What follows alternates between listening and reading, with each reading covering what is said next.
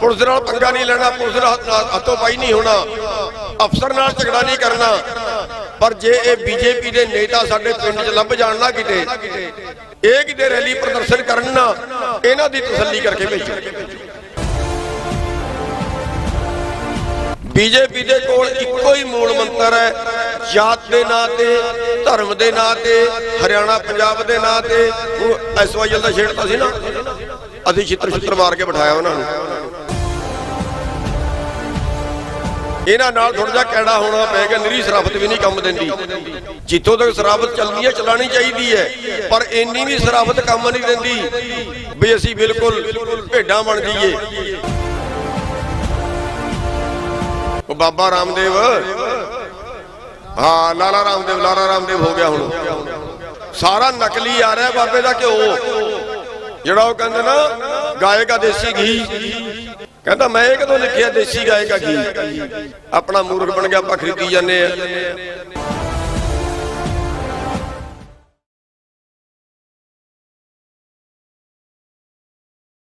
साथियों, एक राजा ते दूजे राजे ने चढ़ाई करती। उस राजे ने अपने कुल देवता नूं मनाना चाहा भी आशीर्वाद दे मैनूं जित दा। उस कुल देवता ने शर्त रखती भी मैनूं एक कुर्बानी चाहिए, एक बलि चाहिए है, वो बलि मैनूं दिओ, बंदे दी बलि चाहिए है, ते उदों बाद मैं जित दा आशीर्वाद देंगा। पंचायत बुला ली, सभा बुला ली राजे ने, ते गल दसी भी कुल देवता एक बलि मंगदा। एक 80 साल का बुजुर्ग खड़ा हो गया, ते उन्हें कहा मैं ते कमा खा लिया, मेरी बलि ले दो।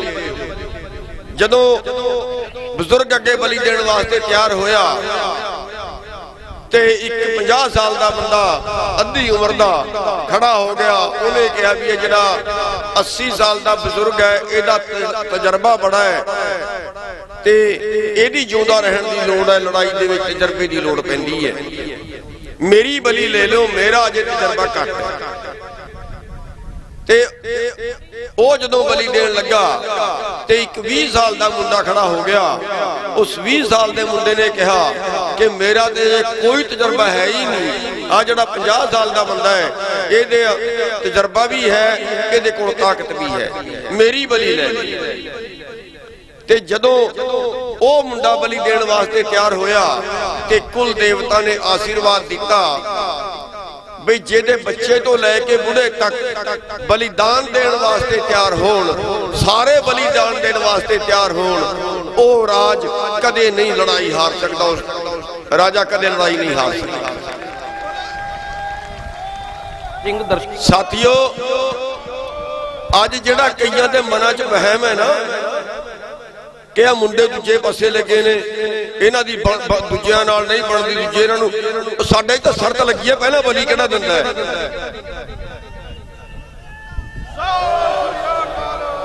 साडे जिहड़े बुजुर्ग ने, साडे जिहड़े प्रधान ने, वो कहंदे ने असीं बलि पहला देंगे, साडे मुंडे कह रहे ने असीं बलि पहला देंगे, साडियां भैणां कह रही ने असीं बलि पहला देंगे। फिर असीं ये लड़ाई किवें हार सकदे? असीं ये लड़ाई सारे का सवाल ही पैदा नहीं, जित के आवांगे, भावें 2024 तक भी लड़नी पई, लड़ाई को नहीं गल। साथियों, ये देश की आजादी की दूजी लड़ाई है, किते तुसीं ये ना सोच के बह जाए जो 100 दिन हो गए तो हुण बड़े खरे की हो गया, तो हुण अजे कुछ होया नहीं। साथियों, लड़ाई वर्ल्ड लेवल की है, जे हिंदुस्तान लेवल की है, वर्ल्ड लेवल की लड़ाई है। ये तुहाडा अंदोलन जे तुसीं जित गए ना, कल नूं पाकिस्तान दे विच, बांग्लादेश दे विच, कई देशों दे विच अंदोलन होने ने। क्यों? क्योंकि अमरीका वर्गे देश, वो देश जिहड़े समृद्ध ने, वो देश जिहड़े जमीनां ज्यादा है, आबादी घट है, वो देश अपनी मार्केट लभदे ने, ते ओहदे थल्ले जिहड़ा WTO दे तहत जिहड़े समझौते होए ने, उन्हां समझौतियां दे अंदर जिहदे च हिंदुस्तान की सरकार दबाव विच आके समझौता कर लिया है, उहदे च पहली लाइन लिखी गई है कि किसी देश की सरकार वर्ल्ड मार्केट तो ज्यादा रेट अपने किसान नूं नहीं दे सकती। हरियाणा पंजाब दे विच रेट MSP बंद करने वास्ते शांता कुमार कमेटी रिपोर्ट दे चुकी है कि हरियाणा पंजाब चो खरीद बंद कर दी जाए। साथियों, जो वर्ल्ड मार्केट का रेट मिलता है, इस साल का कणक का रेट 1600 रुपये है। ये पिछले साल 1500 रुपये सी खुले बाजार दे विच। जीरी का रेट 1100 रुपये है, मक्के का रेट 1100 रुपये है। ते इस रेट से सानू पैदा करना पड़ता नहीं खांदा। जे इस रेट से सानू पैदा करना पै गया तो सानू खेती छड्डनी पेगी, जमीनां बेचनियां पैणगियां। अगली जड़ी पॉलिसी है वो हजारां एकड़ के प्लाट बन के खेती कंपनियां ने करनी है। ये साडे रोजगार का सवाल है। साथियों, लड़ाई लंबी लड़नी पेगी, मजबूत लड़नी पेगी। कुर्बानियां होणगियां, कुर्बानियां होणगियां। 250 कुर्बानियां 300 कुर्बानियां हो चुकियां ने, होर अजे पता नहीं कितनियां होणगियां। पर इस लड़ाई नूं सिरे लाण वास्ते सानू टिक के बहना पेगा।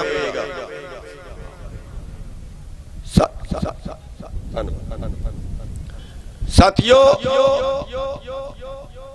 जिवें घुग्गी बाई कह रहा सी ना कि पुल बनाया सी, फिर वो टैक्स लाया, फिर वो छित्तर मारन लगे।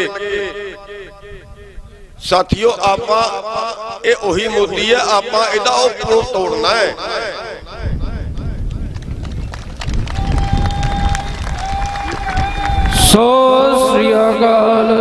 ये जे शुरू च समझौता कर लेंदा, शुरू च गल मान जांदा ते ठीक सी। अज पूरे देश दे विच गल फैल रही है।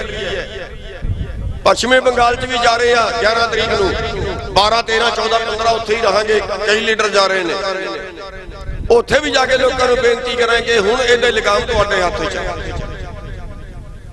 साथियों, साडी लड़ाई जिहड़ी मोर्चे ते चल रही है वो चलेगी। हो सकता उहदे च भी कोई बदलाव होए। 9 तरीक नूं मीटिंग है, कोई होर ओहदा रूप बदलीए, किसी होर तरह की लड़न की प्लान बनाइए, हो सकता है। पर जेड़े तुसी पिंडां च बैठे हो, तुहाडे वास्ते भी बहुत कुछ है। तुसी घर बैठे भी लड़ाई लड़ सकते हो, घर बैठे लड़ाई लड़ सकते हो। भाई जिवें हरियाणे च असीं अनाउंस करता भाई पुलिस नाल असीं कोई नहीं टकराना, पुलिस नाल पंगा नहीं लेना, पुलिस नाल हथों पाई नहीं होना, अफसर नाल झगड़ा नहीं करना। पर जे ये बीजेपी के नेता साडे पिंड च लभ जाण ना किते, ये किते रैली प्रदर्शन करन ना, इन्हां दी तसल्ली करके भेजो।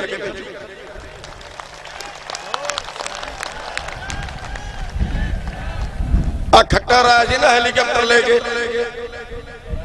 मोदी ने कहा 700 रैलियां करांगे, 700 किसान पंचायत करांगे इस अंदोलन नूं तार पीड़ो करने वास्ते।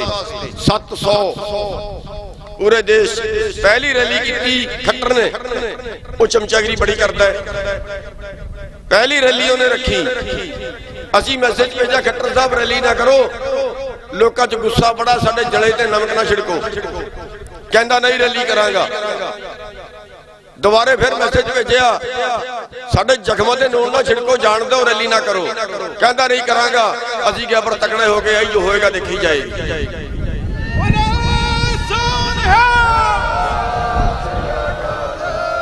ते जदों हैलीकॉप्टर लेके थल्ले लगे ना उतरन, ते लोग बढ़ के थल्ले भी साडे उत्ते ही तार फिर ते वापस ले गया डा के, ते जाके ऐलान करता कि हुण नहीं असीं हरियाणे च रैली करांगे। दुष्यंत आया रैली करने वास्ते, ओदा हैलीपैड पटदा, ओदी कोसी ते साथियों, अज दा प्रोग्राम भी है सी हरियाणा के प्रधान दा धनखड़ दा यमुनानगर दे विच। जिवें दिल्ली च बार्डर सील किया ना इन्हां ने, इस तरह यमुनानगर के सारे बार्डर सील करते सी। कल हर जगह बैरीकेड ला के, पक्के बैरीकेड थले पिलर कट के, कल बैरीकेड लाते उन्होंने। रात तक कसमकश चलती रही। असीं कहा भी जाके जरूर, असीं अद्धी रात नूं जाके अंदर बढ़ांगे यमुनानगर दे विच, अद्धी रात नूं जाके बढ़ांगे। असीं प्लान बना लिया, तुहाडे सारे बैरीकेड भी तोड़ांगे। वो बाद च दी गल है, वो ते कल नूं तोड़ांगे, पर रात नूं जाके यमुनानगर अंदर जिथे तुसीं प्रोग्राम करना उत्थे साडे बंदे बहणगे जाके रात 10 बजे कैंसल कर देना।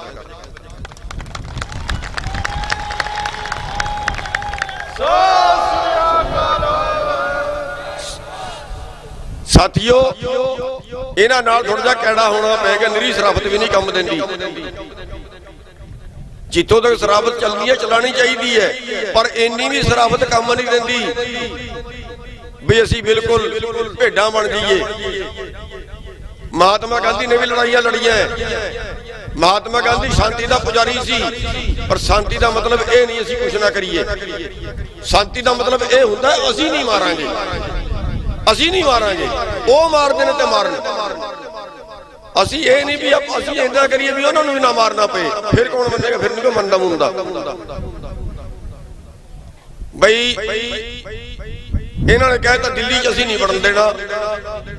भाई दिल्ली ते कल ये भी कहते असीं तुहानूं घर तो बाहर नहीं निकलन देना, ये तो कल ये भी कहते असीं तुहानूं पिंड तो बाहर नहीं निकलन देना। फिर ये तो कुछ बथेरी फौज है इन्हां कोल, बथेरी इन्हां कोल पुलिस है, फिर असीं की करिए? ते असीं जिवें कहा सी ना बई तुसीं रोक के दिखाओ पर दिल्ली आवांगे। ते जदों बैरीकेड तोड़ते तोड़ते सोनीपत पहुंच गए ना, डंडे ते बथेरे मारे इन्होंने, पानी की बुआरा ही बथेरी मारी, मुकदमे बथेरे बनाए। 30-35 मुकदमे 307 दर्ज कर चुके हैं हरियाणे, क्योंकि हरियाणा की बीजेपी की सरकार है। पंजाब से थोड़ा जिहा ढिल वरतते हैं। हरियाणे ते डंडा लेके पिछे पई ने ना साडे। जदों सोनीपत पहुंच गए ना ते दिल्ली वाला दा फोन आया, कहते जी दसो तुहाडी कृषि मंत्री नाल गल करा दीए। मैं कहा गल इस तरह हुंदी है? कहता नहीं जी पहला तुसीं दिल्ली च आ जाओ, आदर ग्राउंड च बैठो, असीं तुहानूं ग्राउंड दिंदे आ। असीं क्या हुण ग्राउंड नहीं बंदे, हुण इत्थे सड़क ते ही बैठांगे। ते सड़क ते बैठे 5-6 रोड रोकना दिल्ली ते छोटी गल नहीं। जेड़े रोड ते इधर तो उधर क्रॉस करना औखा हुंदा सी, वो रोडां ते शैड पाते ने लोकां ने, छोटी गल नहीं है। साथियों मैं अपनी गल बहुत ज्यादा लंबी नहीं करांगा, तुसीं बथेरे जागृत हो, पहला तो कोई दस्सण दी लोड़ नहीं है।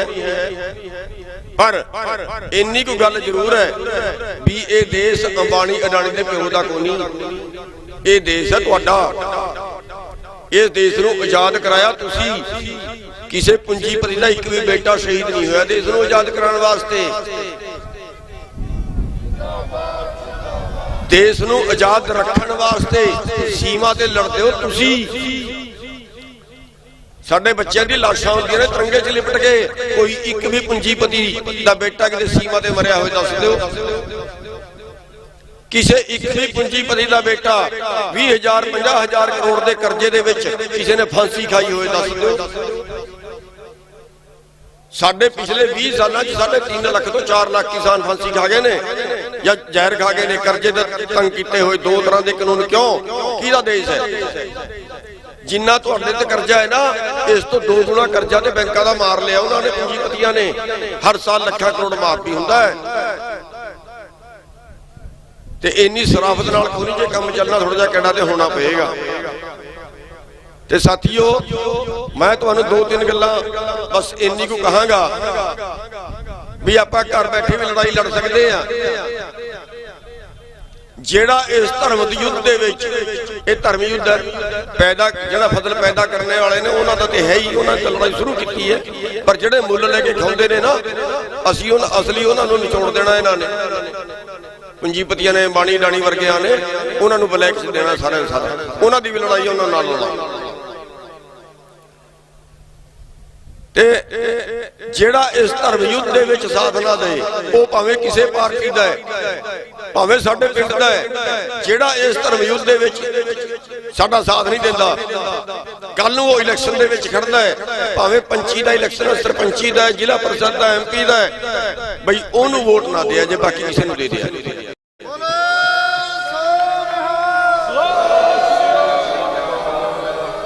अंबानी दा, अडानी दा ते एक होर आ जेड़ा गुरु है मोदी दा, वो बाबा रामदेव, हाँ लाला रामदेव हो गया हुण।